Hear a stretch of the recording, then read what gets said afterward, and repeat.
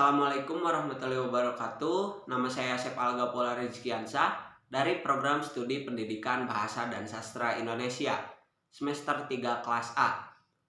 Pada kali ini saya akan membahas salah satu naskah drama karya W.S. Rendra yang berjudul Orang-orang di Tikungan Jalan.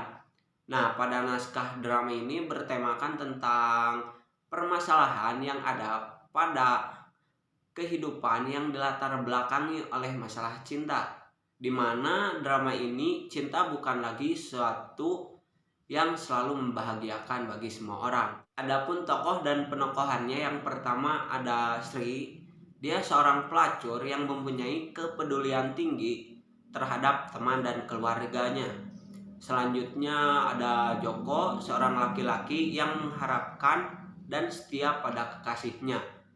Terus ada Botak, seorang laki-laki yang tegar dan selalu menjadi penengah dan berusaha menyadarkan orang-orang yang ada di sekitarnya ketika mereka terjerumus ke hal-hal yang buruk. Dan yang terakhir ada Surya, dia seorang pemabuk yang mudah putus asa. Nah, untuk latarnya sendiri, yang pertama ada di tikungan jalan tempat para pelacur berada, kursi tukang wedang, dan sisi kanan kiri jalan tersebut. Nah, untuk alurnya sendiri, dalam naskah drama ini mempunyai alur plot atau maju mundur, karena dalam cerita di naskah drama ini menceritakan tentang flashback dari setiap tokohnya. Nah, oleh karena itu dalam naskah drama ini mempunyai alur plot.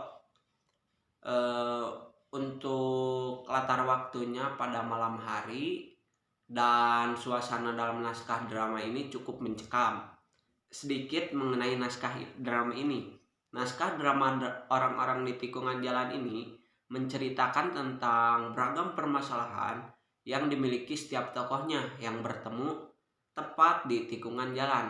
Banyak permasalahan yang ada dan tentu dengan konflik yang berbeda-beda. Namun semua permasalahan selesai pada malam pertemuan itu juga. Di dalam drama ini, Sri adalah seorang wanita jalang. Sri mengajarkan pembaca bahwa seburuk-buruknya moral seorang pekerja seks komersial tetap memiliki perasaan dan rasa sayang pada seseorang layaknya manusia biasa. Joko yang sedang memiliki masalah dan merasa gundah dengan masa lalunya mengajak Sri untuk bercinta dan meringankan bebannya. Awalnya Sri mau melayani Joko, namun Sri berubah pikiran karena ada seorang laki-laki tua yang mau menikahinya dan menerima Sri apa adanya. Sri cukup merasa terharu dengan apa yang telah dilakukan lelaki itu. Akhirnya Sri memutuskan meninggalkan pekerjaannya karena Sri merasa setelah menikah dengan lelaki tua itu, segala kebutuhan hidupnya akan ditanggung dan dijamin. Tentu Joko cukup kecewa karena sebenarnya Joko menyukai Sri. Meskipun Sri seorang wanita jalang dan Joko semakin depresi, hingga akhirnya mantan kekasih Joko kembali dan meminta Joko menikahinya. Namun Joko menolak karena Joko merasa terlalu sakit, hingga akhirnya Joko lebih memilih untuk sendiri. Lalu ada pula kisah seorang yang mengakunya anak jadah, yang menurut orang setempat sedikit gila karena mencari seorang ayah. Dia selalu menyebut dirinya sebagai anak jadah karena dia tak tahu di mana keberadaan ayahnya. Namun ayahnya tahu keberadaannya. Ibunya meninggal sudah cukup lama, sedangkan ayahnya seorang pemabuk berat.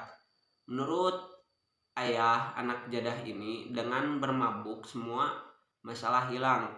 Namun anak jadah yang memiliki sakit jiwa tak mau mengakui ayahnya sebagai ayah kandungnya, hingga pada akhirnya ayah dan anak jadah sama-sama meninggal karena bunuh diri. Setelah itu ada pula masalah si Botak. Si Botak di sini sebagai seorang pendatang baru yang belum pernah ke tikungan jalan sebelumnya.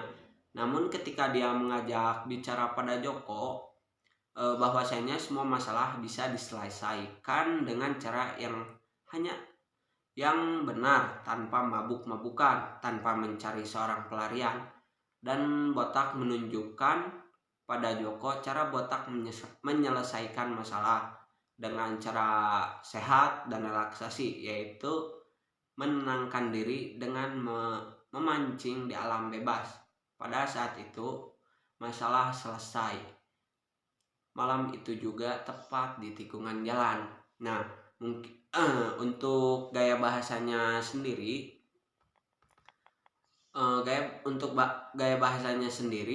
penulis menggunakan gaya bahasa sehari-hari. Namun pengarang menulisnya secara penuh tanpa kata-kata yang seharusnya tidak perlu dan sedikitnya penggunaan makna konotasi. Mungkin sekian dari saya. Terima kasih. Wassalamualaikum warahmatullahi wabarakatuh.